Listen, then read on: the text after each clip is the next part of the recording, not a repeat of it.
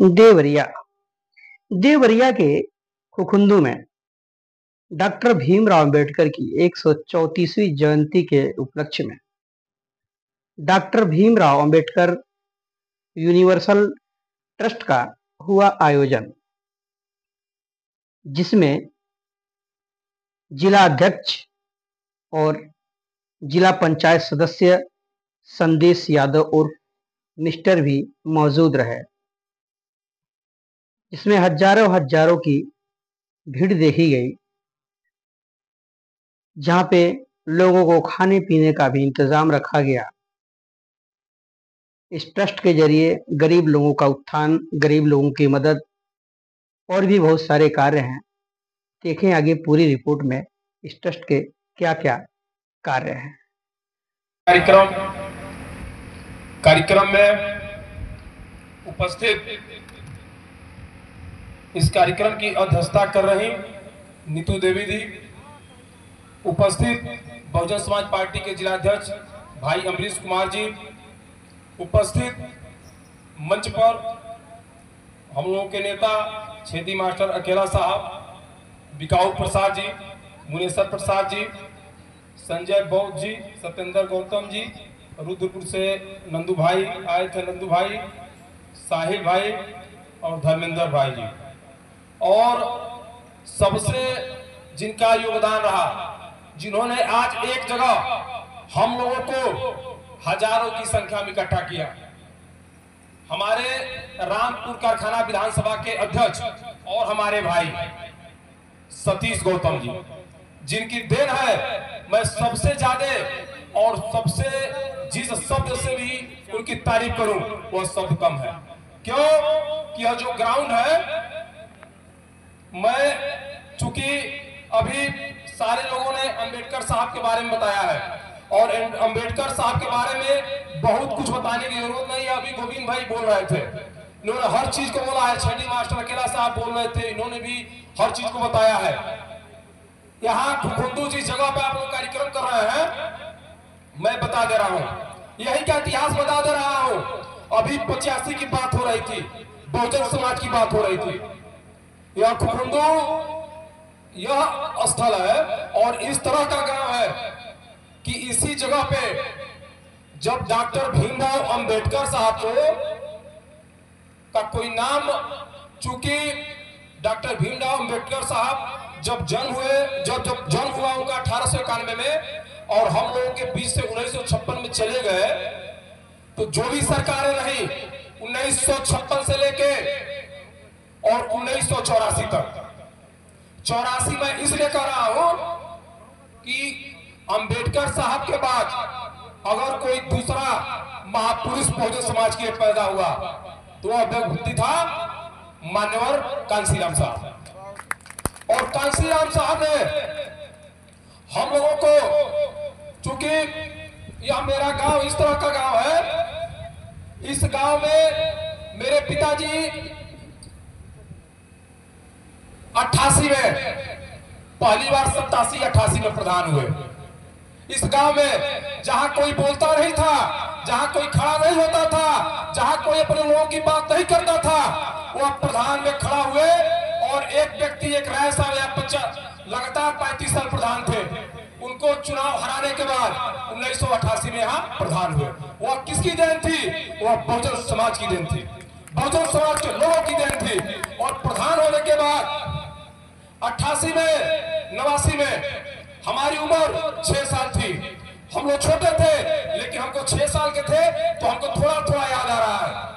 कांशीराम साहब, छेदी मास्टर अकेला साहब यहाँ बैठे हैं, मुनेश्वर बाबू जी बैठे हैं। कांशीराम साहब बलिया से देवरिया जा रहे थे, हम लोग छोटे थे, हम छोटे 6 साल हमारी उम्र थी। इसी खुखुंदू चौराहे पर यहाँ तमाम लोग बैठे हैं, गणेश चचा बैठे हुए हैं, राम सिंह चचा है, रामचंद्र चचा है और तमाम लोग, रितेश भाई हैं। ये सारे लोग उस समय नए थे। एक शंकर प्रसाद थे हमारे यहाँ, छेदी मास्टर अकेला साहब जानते होंगे, और नंद कुमार बाबा थे, और शिवनाथ जी यहाँ हैं, अभी भी हैं। ये सारे लोग, कांशीराम साहब जब बलिया से चले देवरिया के लिए तो चौराहे पे ये सारे लोग नीचे सो गए, रोड पे सो गए और कहे कि साहब खुखुंदू में आपको चल के और डॉक्टर से विद्यालय खोलना है। और साहब मेरे पिताजी प्रधान थे, मेरे पिताजी से साहब ने कहा, मेरे पिताजी बताते हैं कि आनंद तुम प्रधान हो और वो जमीन कैसी है जहां हमको ले चल रहे हो तुम उद्घाटन कराने के लिए। तो मेरे पिताजी ने कहा कि साहब वो गौसभा की जमीन है और मैं डॉक्टर भीमराव अंबेडकर साहब के नाम से वो विद्यालय मैं चाह रहा हूँ कि शिलान्यास हो साहब, और आपका कदम वहां पड़ जाएगा मेरे गाँव पे तो साहब हम लोग धन्य हो जाएंगे। और साहब कांसीराम साहब अंबेडकर विद्यालय का शिलान्यास किए और अंबेडकर विद्यालय आज भी चल रहा है।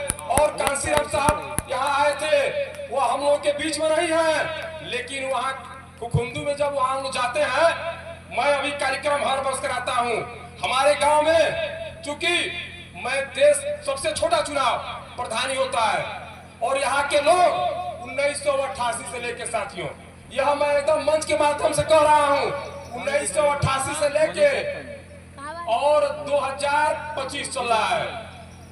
2025 लगातार एक परिवार मेरा और दूसरा जब दलित हुआ अनुसूचित सीट हुआ तो एक परिवार जिसको हम लोगों ने अपने जो बहुजन समाज के लोगों ने चाहा उसको बनाया गया। और 88 से लेकर आज तक प्रधानी एक ही जगह है साथियों। यह किसकी देन है? यह डॉक्टर भीमराव अंबेडकर साहब की देन है, यह कांसीराम साहब की देन है। और मैं एक चीज और आप लोगों को बता दे रहा हूँ, राजनीतिक मंच यह नहीं है, लेकिन राजनीति की बात होनी भी चाहिए। बहुजन समाज के लोग अगर इकट्ठे हुए हैं, मैं तो बहुत खुश हुआ हूँ कि यह जब ये बाउंड्री आप लोग देख रहे हैं 2021 में प्रधानी का लास्ट समय चल रहा था और कुछ लोगों द्वारा यह अतिक्रमण किया गया था और डॉक्टर भीमराव अंबेडकर साहब के नाम पे और कांसीराम साहब के नाम पे मेरी बहुत कुछ सोच थी, उसी सोच के तहत यह बाउंड्री में बनवाया था।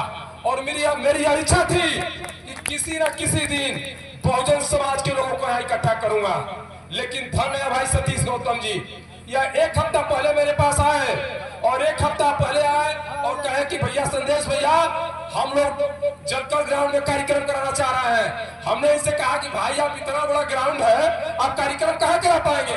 उन्होंने कहा भैया आप एक बार भैया हमको परमिशन दिलवा दीजिए और मैं यहाँ ग्राउंड नहीं भर दिया तो आप जो कहिएगा भैया वो। मैं तुरंत अपने गांव के प्रधान जी को, रात का समय था, भाई गौतम सतीश भाई है हमारे पास, प्रधान जी को मैंने फोन किया और कहा कि भाई यह गौ सभा की जमीन है और आप लिख के दे दीजिएगा परमिशन के लिए। प्रधान जी हमारे गांव के 8:30-9 बज रहा था, उन्होंने लिख के दिया। एसडीएम साहब से भी मैंने कहा, ये लोग प्रयास किए और कार्यक्रम सुसंपन्न। जिस सबसे तारीफ करूं, हजारों की भीड़ थी, कई हजारों की भीड़ थी। ये अपने में एक मतलब होता है और मैं देख रहा हूं मन से कि जो भीड़ थी वह बहुजन समाज के लोगों की थी, बहुजन समाज के लोगों की थी। तो साथियों मैं कार्यक्रम नहीं करा पाया, लेकिन धन्यवाद doctor Bhimrao Ambedkar universal development जो संस्था बनी है इसको दे रहा हूं कि इन लोगों ने इतना बड़ा कार्यक्रम करा दिया और सहयोग रहेगा जहां भी जरूरत पड़ेगी। साथियों मैं एक चीज और आप लोगों को बता दे रहा हूं, चूंकि बहुत लंबा समय से भाषण चल रहा है, हम लोग तमाम लोग बोले हैं, तमाम वक्ता लोग बोले हैं, डॉक्टर भीमराव अंबेडकर साहब कोई मामूली व्यक्ति नहीं थे। उनको आज जो नीला झंडा दिखाई दे रहा है ना, नीला झंडा जो दिखाई दे रहा है, इस नीले झंडे को कोई छूता नहीं था, कोई छूता नहीं था। अकेला साहब आप तो राजनीति के जानते होंगे, लोग कहते थे, वो शब्द मैं मन से नहीं कहना चाहता हूं, कहूंगा, उससे कितना लोग घृणा करते थे। आज यही नीला झंडा, आज यही नीला झंडा, अभी 14 अप्रैल को कार्यक्रम हुआ है, हम लोग देवरिया पार्टी कार्यालय में कार्यक्रम के लिए गए थे, जब अंबेडकर जयंती मनाने के लिए भारतीय जनता पार्टी के लोग, समाजवादी पार्टी के लोग, कांग्रेस के लोग, ये सब इसी नीला झंडा को लेके और कंधे पर लेके और घूम रहे थे। क्यों घूम रहे थे? यह बहुजन समाज की देन, डॉक्टर भीमराव अंबेडकर साहब की देन, कांसीराम साहब की देन, बहन मायावती की देन है। क्या नीला झंडा कंधे पे लेके घूम रहा है? रही सत्ता की बात है, सत्ता की बात है। सत्ता कभी जो आज सत्ता में है, यही भारतीय जनता पार्टी बहुत सत्ता से बाहर रहे। कहाँ है, हंसना कहाँ है, इसीलिए समाज को जिस दिशा में जाना रहता है उस दिशा में जा नहीं पाता है। दुख की बात तब होती है जब इधर के लोग नहीं, इधर के लोग भी वो गलती करते हैं, मंच के इस साइड के लोग नहीं, मंच के इस साइड के लोग भी वही गलतियां करते हैं जो इस साइड के लोग करते हैं। खैर कोई बात नहीं, आप अन्यथा मान लीजिएगा मेरी बातों का। तो साथियों, मैं वहां था कि भीमयान के बारे में लोगों ने कहा कि इसको भीमयान के रूप में हम जान जाए, इसको नवबौद्ध बात के रूप में इसको जान जाए। लेकिन बाबा साहब डॉक्टर अंबेडकर ने उन लोगों को बताते हुए कहा कि नवबौद्ध बात कुछ नहीं है, भीम यान कुछ नहीं है, कोई भी यान कुछ नहीं है। हमने जिस बुद्धिज्म को बताया है, जिसको समझाया है लोगों को नागपुर की धम की धरती पे, वो भगवान बुद्ध का मूलवाद है। उसमें जो कुरीतियां आ गई हैं, जो उसमें मिलावट आ गई है दुश्मनों के द्वारा, साजिश के द्वारा, एक्चुअल में एक घटना को कोट करते हुए कांसीराम साहब बताते हैं कि बाबा साहब ने लोगों को बुद्धिस्ट इसलिए बनाया कि बाबा साहब कहते हैं कि बुद्धिस्ट इस देश का शासक था, बुद्धिस्ट इस देश का राजा था। हम इस समाज को देने वाला समाज बनाना चाहते हैं। राजा सिर्फ देता है, लेता नहीं है। शासक देने वाला होता है, लेने वाला नहीं होता है। लेकिन सिर्फ बुद्धिज्म को स्वीकार करने के मात्र 10 साल के अंदर अंदर ही महाराष्ट्र में लोग जो बुद्धिज्म को स्वीकार किए थे, उन लोगों ने आरक्षण मांग करने लगी और सरकार से मांग करने लगी। अब जब आरक्षण की मांग वहां के लोगों ने करने लगी तो सरकार ने एक शर्त रखा, सरकार ने यह शर्त रखा कि आप जब अपने धर्म में बुद्धिज्म में लिखेंगे कि मैं महार बुद्धिस्ट हूँ, मैं चमार बुद्धिस्ट हूँ, जाति जब उसमें डालेंगे तब हम आपको आरक्षण देंगे। और बाबा साहब अम्बेडकर ने इसलिए बुद्धिज्म लोगों को अपनाने के लिए कहा था कि वो जाति को समाप्त करना चाहते थे और इस बहुजन समाज को शासक बनाना चाहते थे। जो शासक होता है, जो राजा होता है, वो देने का काम करता है, वो मांगने का काम नहीं करता। लेकिन बुद्धिस्ट बने लोगों ने सरकार से मांगने का, गिड़गिड़ाने का काम किया था। सम्मानित साथियों, आपको बताना चाहता हूं कि मैंने कांसीराम साहब ने उसी बात को और आगे बढ़ाते हुए कहा कि जब स्टेट को यह बात समझ में आ गई कि ये लोग पुनः बौद्धिस्ट वास्तविक रूप से बौद्धिस्ट नहीं है, ये मांगने का इरादा नहीं करना चाहते हैं, ये पुनः मांग कर रहे हैं, तो उन्होंने ये शर्त रख दी और कहा कि ये जो लोग जिसमें जातियां हैं जिस बुद्धिज्म में, उसी को नवबौद्ध के रूप में कहा। वास्तव में इसी को समीक्षा करके, इसी पे रिसर्च करके डॉक्टर साहब ने, डॉक्टर संजय कुमार बौद्ध ने एक बहुत ही बेहतरीन किताब लिखी है। और बाबा साहब ने जिस किताब को लिखा था बुद्ध एंड हिज धम्मा, उस किताब को आपको पढ़ना चाहिए। और डॉक्टर संजय कुमार जी ने जिस किताब को लिख करके समीक्षा करके उसमें दिया है कि वास्तव में नवबौद्धवाद क्या है, वास्तव में यही बुद्धिज्म का असली स्वरूप है। आप जब तक इसको नहीं पढ़ेंगे और महायान हीनयान के चक्कर में पड़े रहेंगे, वास्तविक बुद्धिज्म को आप नहीं जान पाएंगे। साथियों, ये पढ़े लिखे अरे सरकारी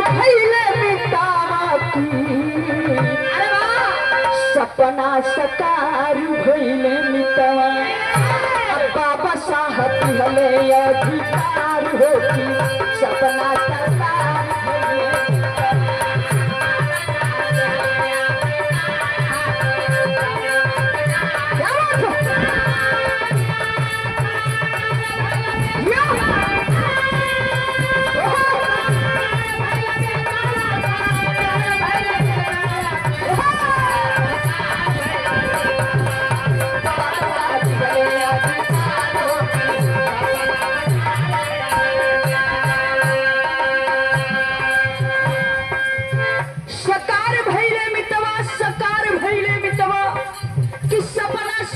भइले बाबा साहब दिहले अधिकार होती, सपना साकार भइले मितवा।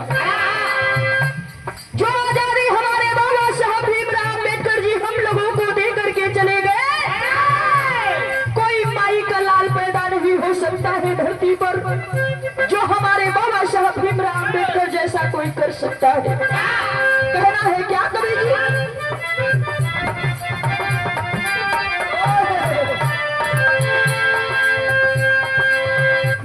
भैया छोटा काके बहुते सतावाली,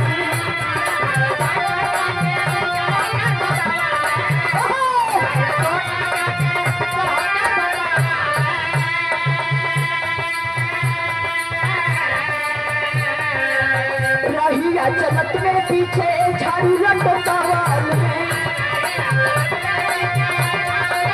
ऐसे ही खबरें देखने के लिए हमारे चैनल को लाइक करें, कमेंट करें और शेयर करें।